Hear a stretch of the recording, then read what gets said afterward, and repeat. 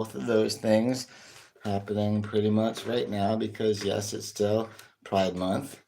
And I'd like to talk about both of those things as well as, well, America's semi-quincentennial anniversary, which will bring me to the couple of linguistic things, the couple of language things that I wanted to talk about, which are this word that's quickly becoming part of our vocabulary, semi-quincentennial, as well as the word moist. I recently read a study about um, how people feel about the word moist and why. And so it made me look into other findings. Turns out there's been several studies on that. So let's save that one for last because I'd like to talk a little bit more about the holidays and cultural goings on that we have right now.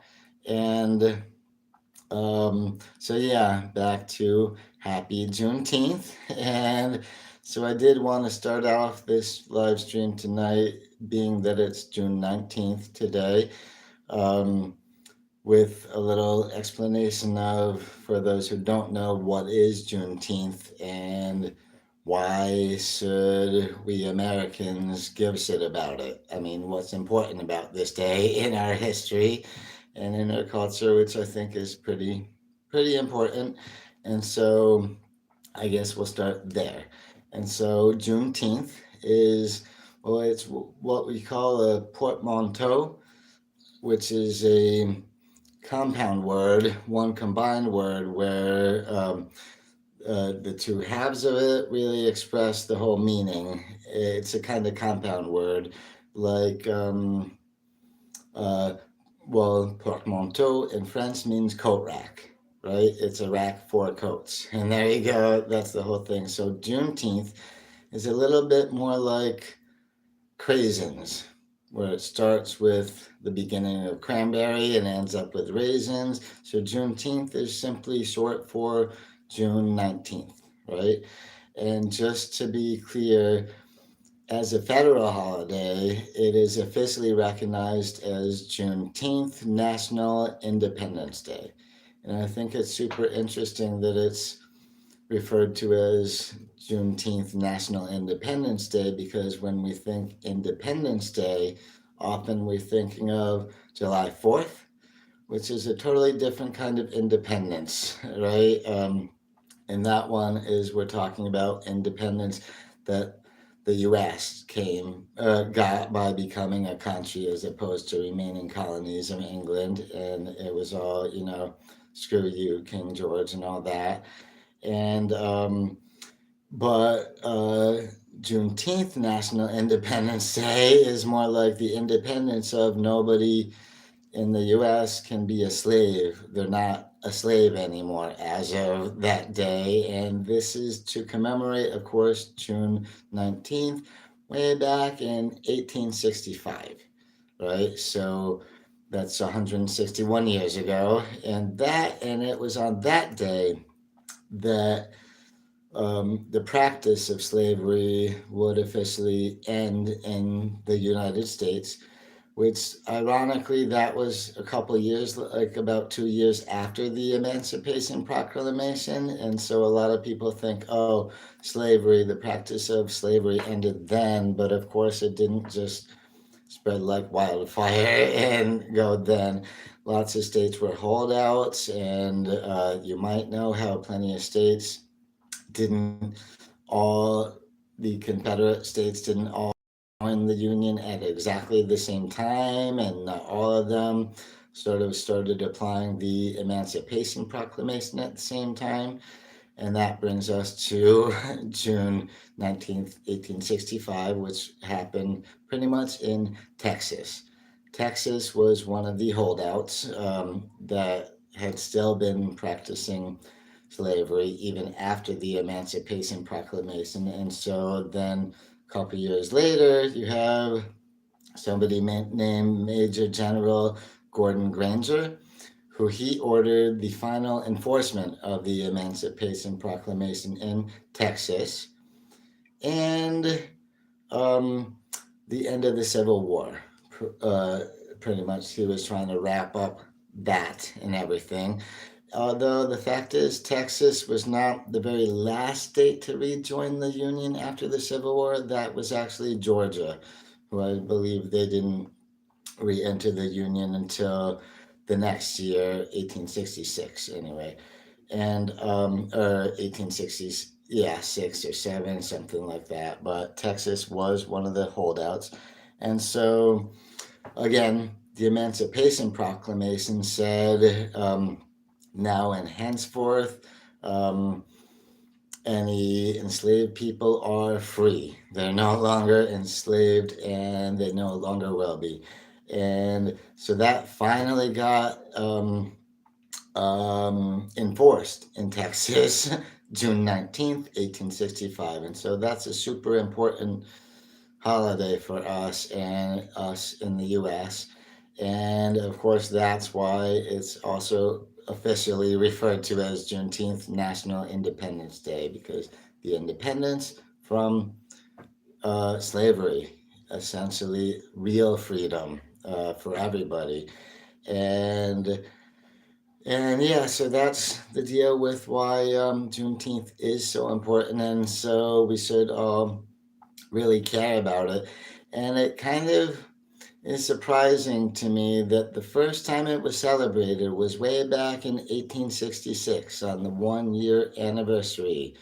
Um, and but it didn't get recognized as an official federal holiday until the Biden administration in 2021. And he didn't just make an executive proclamation or executive order or anything. He actually signed the Juneteenth National Independence Day Act into law. So this was something that went through Congress and everything else. And so that to me is kind of funny that it took 156 years for it to be recognized as an official federal holiday. So good. Now it is. And fun fact, at that time in 2021, when it was officially recognized by the federal government and put into law as a federal holiday, it was the newest federal holiday since in about 38 years since Martin Luther King Jr. Day was made into an official federal holiday in 1983. So that's interesting to me because those are both on related topics. And for anybody who hasn't, well, who doesn't know Juneteenth, that portmanteau, like I was talking about, this holiday is also recognized by other names. Other than just Juneteenth National Independence Day or just Juneteenth. Also in Texas, sometimes it's simply referred to as Emancipation Day. And and that makes a lot of sense, right? That's when the slaves were emancipated in Texas, exact anniversary of the day, which also to me explains why sometimes it's referred to as Freedom Day, which is along the same lines, as well as Black Independence Day, all sort of capturing the spirit of the day and the historical events that took place. And also, a more fun way to put it is Jubilee Day. And so you might know it under any one of those names, but anyway, there you go. So that's Juneteenth, and that's the importance of Juneteenth and why should it matter. It should, I guess, just brush up on your American history a little bit, and that will show you why this day very, very important in our history.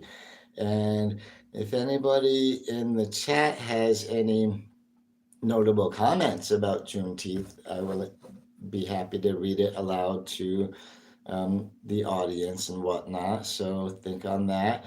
And by the way, the uh, chat is set on subscribers only mode, which means you have to be a subscriber for at least 5 minutes to be able to message in the live chat.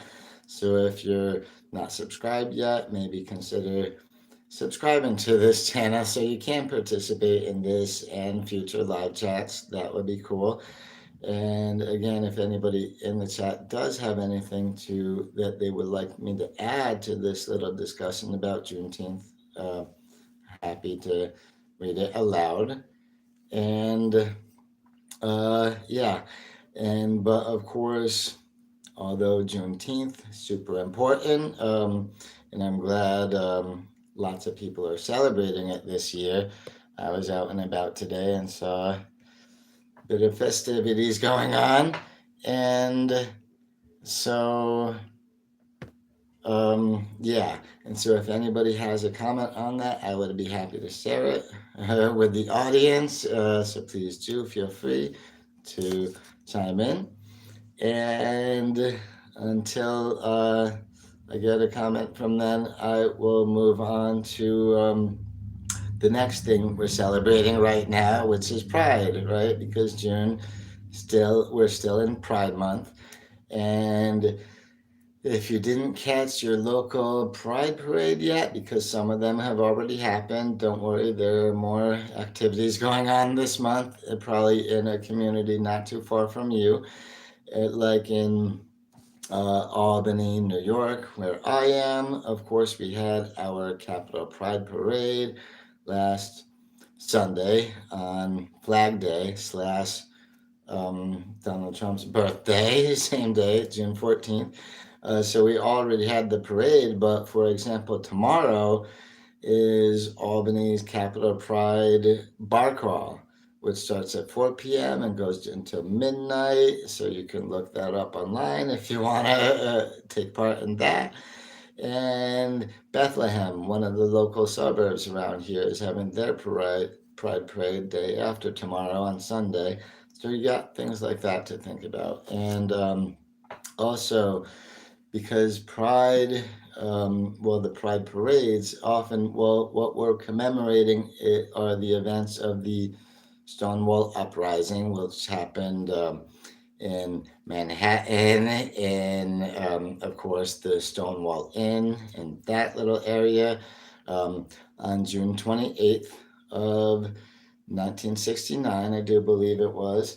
Um, and interestingly, New York City this year is having their Pride Parade and Pride Fest Street Fair are going to be right through on Sunday, June 28th. So the exact anniversary of the Stonewall Uprising, or at least of when it began, because it was 5 nights, well, 5 inconsecutive nights, but anyway.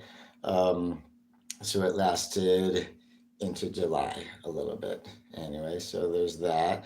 So don't worry, there's plenty more to do if you want to celebrate Pride this year, because today's only June 19th, so Pride month has not ended yet, and there are still plenty of events available. And so please do think about looking online in your local communities to see what's going on and what you can do to celebrate, right? Anyway, and so that's Pride and all that. So I wanted to, I mentioned Juneteenth as well as Pride Month to say happy Juneteenth and happy Pride. Both of those, I think, are, pretty darn important to celebrate each year and commemorate the anniversaries of big social changes in this country. Anyway, so there's that. So those two uh, kind of festivities and celebrations are going on right now. And the other thing is um, we got America 250 and Freedom 250 going on, both to celebrate the semi-quincentennial anniversary of the United States. And that will bring me right into the word semi-quincentennial, will bring me right into one of the language things that I wanted to talk about on this live stream tonight. But first, just wanted to mention a little more about this year's celebrations and whatnot. And of course, it seems a little early because we're not to July 4th yet, right? For me to already be saying happy birthday, America, and whatnot. But we did already start some of these celebrations. For example, also last Sunday, aka Flag Day, aka Donald Trump's birthday. There was the UFC Freedom 250, the UFC fights that took place in the temporarily constructed arena in the lawn of the White House and whatnot. So, and that did go on already. So that was 5 days ago now, I guess. And it did happen. And my live stream last week, I was wondering if it would because there were thunderstorms supposed to be predicted, and they did sort of delay it a little bit. But still, the event eventually happened. But thunderstorms in the area did really in the DC area did really delay the event a little bit, so it didn't end up finishing until after 1 a.m., um, which I suppose gives Donald Trump kind of a valid excuse for falling asleep during part of it. But anyway, um, so we've got that going on, and it already happened. And what is coming up pretty soon will be again in DC, the Great American State Fair, which is going to be a real like World's Fair scale event with 56 different pavilions going on, one for each state and territory of the U.S. Although there's only really 5 territories, so I'm guessing DC probably also has its own pavilion there or something like that. But so big celebration with lots of. There are going to be plenty of musical guests and whatnot, and other events in the area, as well as some um, days of remembrance and things like that. And because it's like a 16-day event from June 25th, which is coming up pretty soon. Today's already June 19th, so 6 days from now, you have the Great American State Fair going on, and that's going to go on all the way until July 10th. So good 16 days of celebrating in DC, and that's not the only stuff going on in the country.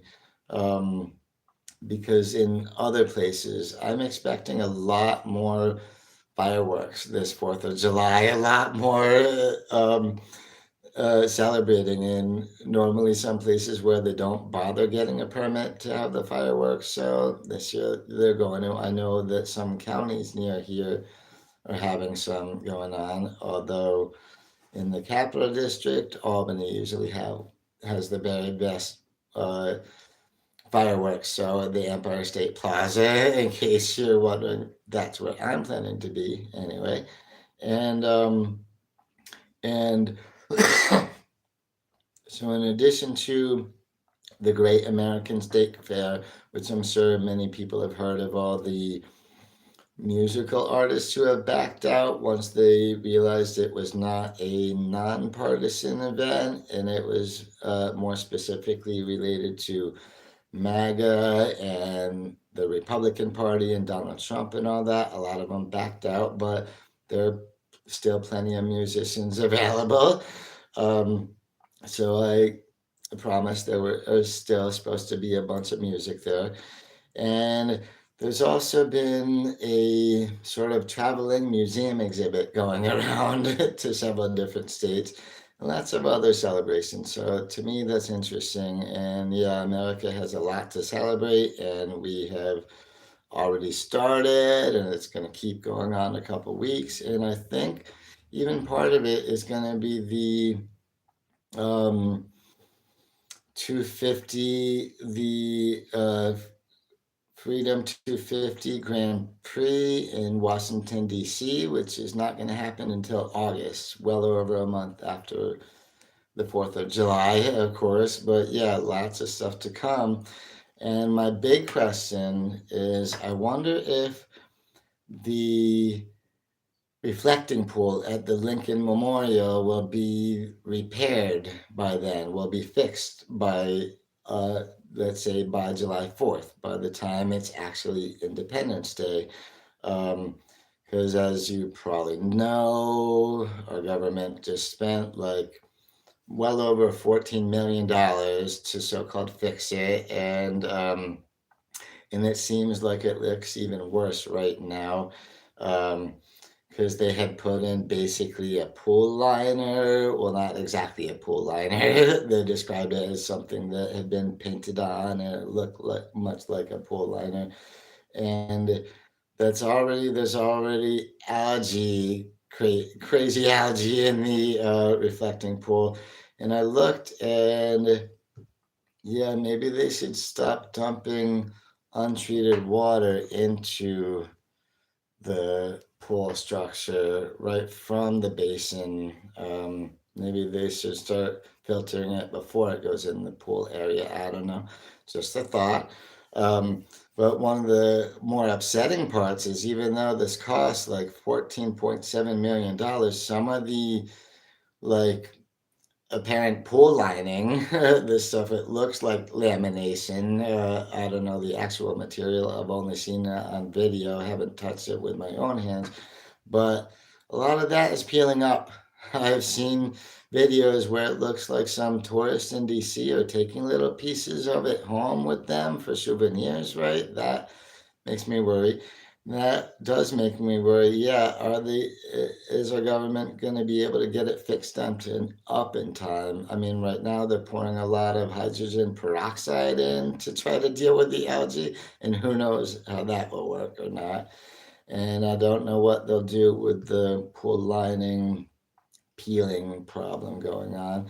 But we're kind of running out of time. Like I said, the Great American State Fair, which is happening in the same city in DC there, um, starts on June 25th. That's only 6 days from now. So the likelihood that this whole thing will be fixed up by then, I don't know. Of course, we have about 2 weeks until July 4th. So yeah, that's my big question: is any of that stuff going to be fixed by then? Anyway, any thoughts? And anybody? I don't know if anybody's heard any more recent news than I have. I've been trying to stay on top of this just so I can know what the heck is going on there. And sorry, just a little adjustment. Um, and yeah, so that's I don't know. Hopefully, because that would be, yeah, that would be kind of gross if on July 4th, when they're doing the actual Independence Day celebration with the fireworks and all that, if the reflecting pool is still dark green and all algae looking. I don't know, that's gross. And also just just a piece of advice: if you go to DC and you have a dog with you, do not let them get in the reflecting pool, because I've seen what it looks like when dogs get into um, ponds that are full of algae blooms and they come out all green anyway on the coats. So probably, yeah, don't want to let that happen to your dog, because it's probably disgusting to clean off. Anyway, just a thought.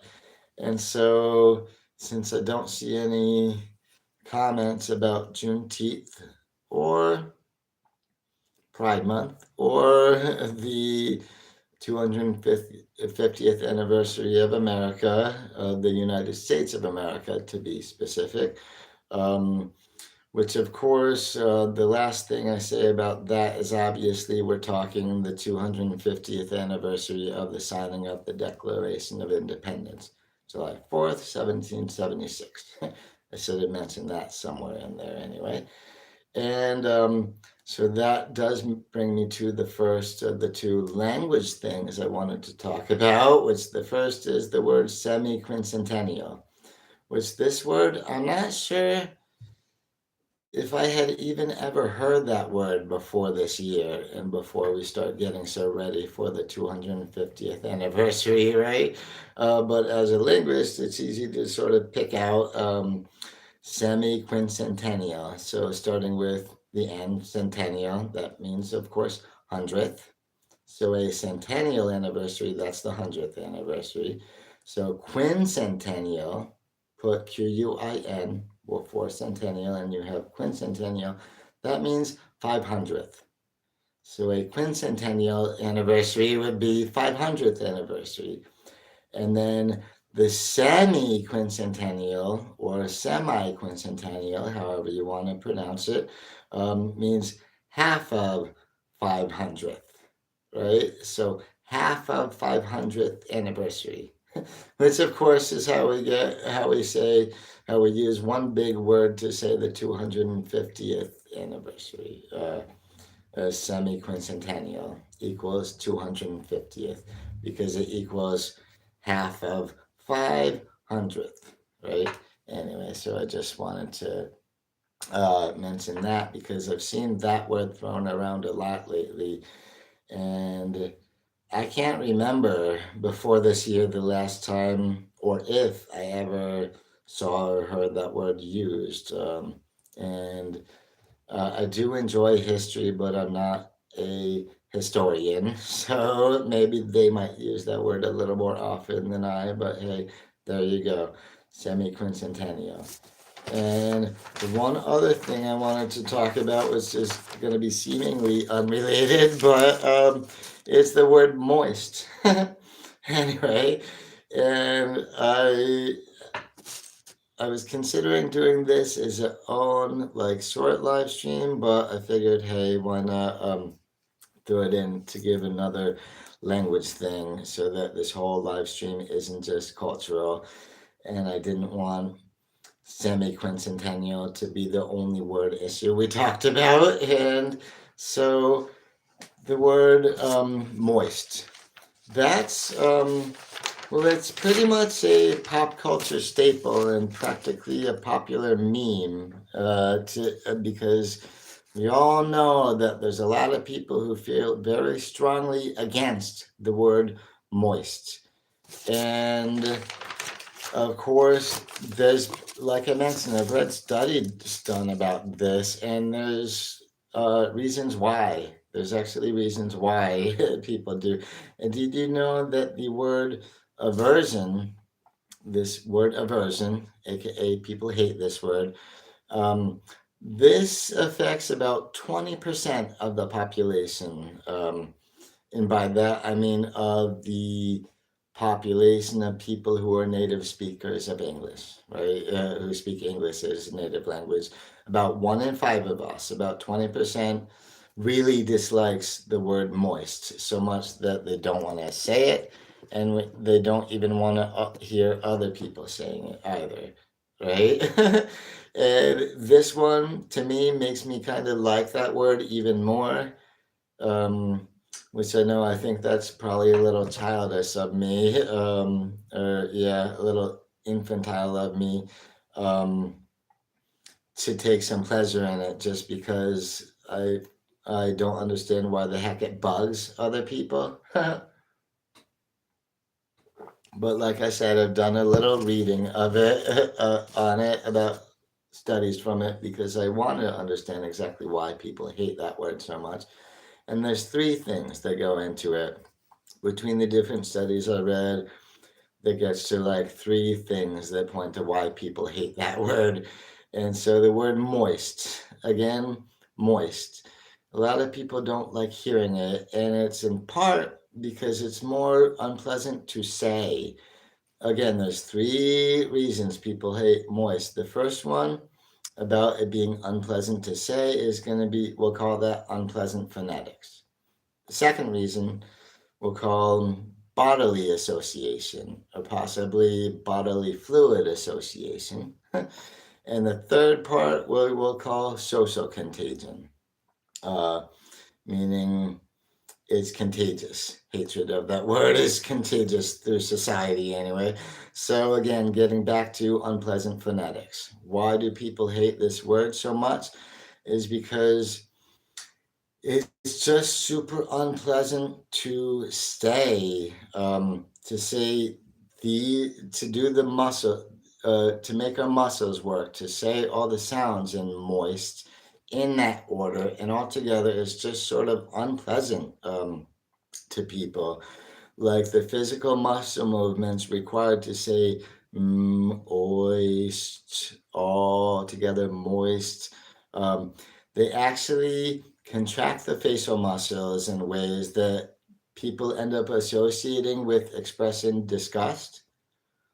So if saying the word alone reminds you of talking about things that you really don't like and that really disgust you, so then automatically that word, not because of the meaning, but because of how it sounds and how it feels to pronounce, makes us really hate it that way, right? So there's that part of it. So there's just the unpleasant phonetics. That's the first darn reason why people hate the word moist. And by the way, if anybody in the chat wants to add any reason, anything about how they feel about the word moist, or if there's any other words that really grab you the wrong way, just like that, that would be interesting. So, just saying, you're welcome to participate. So please do. And so on top of the unpleasant phonetics, how it's just people are get feeling uncomfortable, feeling kind of disgusted already just by saying the words, just by having to put these phonemes together with their little muscles moist. That's one reason. Now another reason is less about how the word sounds. Well, it's not so much about how the word sounds or how we pronounce it, but it's about meanings of it, and it sort of, and I called this reason bodily association or even bodily fluid association, but that's because the word moist sort of instinctively conjures up, like instinctively brings to mind gross bodily functions, often involving fluids like sweating, perspiration or phlegm or anything like that. Or will we even have other bodily fluids that can be associated with it too? And that really triggers sort of natural feelings of disgust. People don't want to be sort of forced to think about bodily fluids or bodily functions that we don't like. So naturally, the word moist brings that up, and so people hate it, hate the word itself. And some people actually are likely to think of more sexual bodily functions, which can gross them out as well.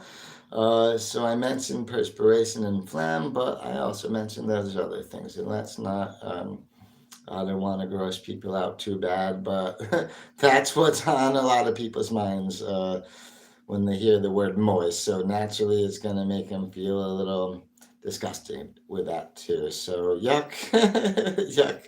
But anyway, and to me, this is kind of funny because I think that's the part that makes me pleased to use that word because I don't think of disgusting bodily functions, but I know it might trigger some other people too. So that's a little joke for me. Like, for instance, my sister in law makes a delicious turkey every year at Thanksgiving, and I almost can never help myself but say, yeah, this turkey is really nice and moist, but, but that's just, I can't really help it. Um, but it is delicious. Anyway, I want to mention that part. And that's the one thing about the word moist. Context matters. Like, because people who would really be, who can barely stand the word in most contexts, might not mind it so much if somebody's saying, oh, wow, this delicious piece of chocolate cake is so moist. It is great. Thank you for it and all that. They might be okay with that use of it, right? If we're talking about cakes and pastries, maybe that's fine. Um, but in most any other context, it grosses people out. Anyway, so there's that. So there's all those things about the unpleasant phonetics. It's just kind of gross to say. And then there's the bodily association with the meaning. So it's gross to hear, to think about what it means and all that.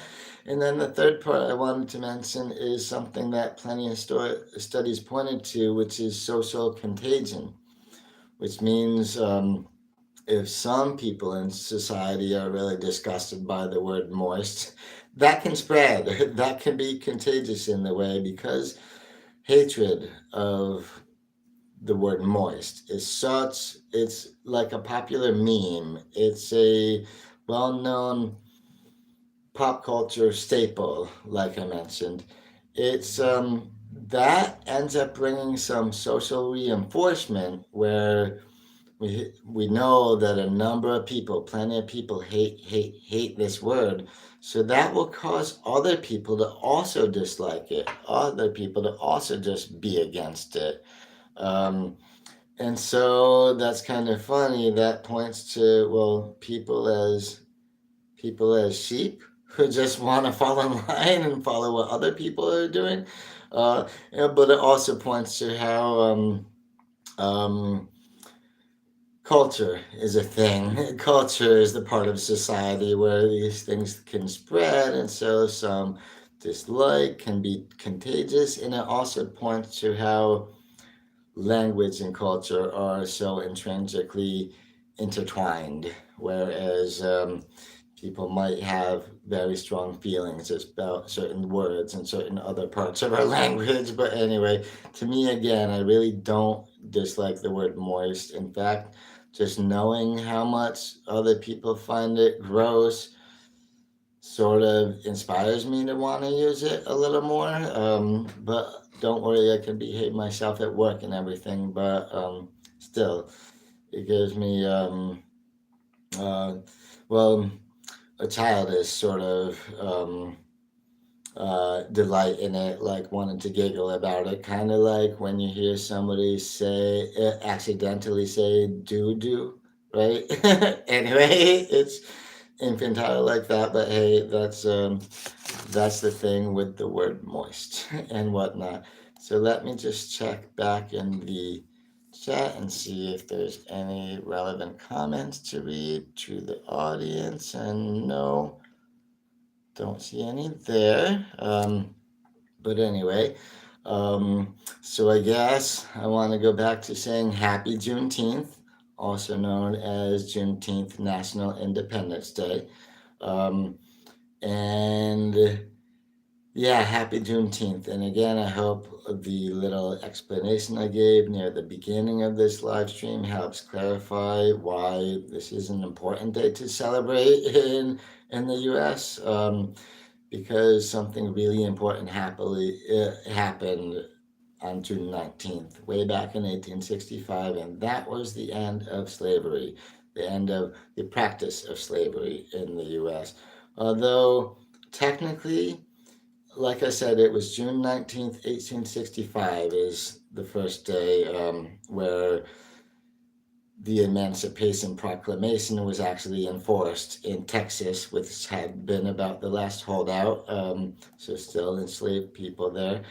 Um, in addition to that, what was going on in 1865, again, this was June 19th, but in the 13th Amendment, which Congress suggested, they proposed back in January of that same year, 1865, and it didn't get ratified until December of that year.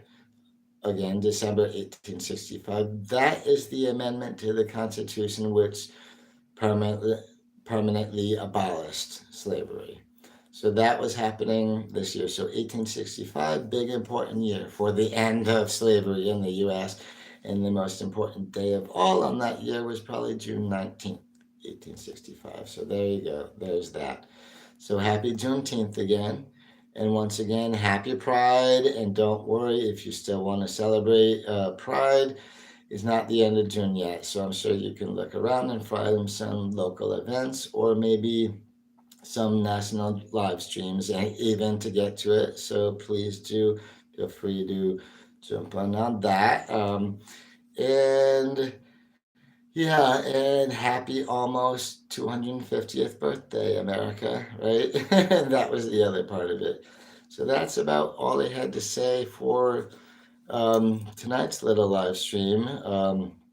And so let me see, looking back. So there's still no relevant comments in the chat about Moist or Juneteenth or Pride or America's semi-quincentennial anniversary. So I guess we will end it here. So thank you everybody for hanging out with me once again on a Friday night. And again, if you haven't subscribed to the channel yet, please do consider subscribing. All we do here is explore language and culture, but if you subscribe, it's free, it's quick and easy, but it also means you can participate in all the live chats. So please do consider doing that too. And so, yeah, so that's it. And so, again, happy Juneteenth, and I will catch you around next time. Bye bye. And also,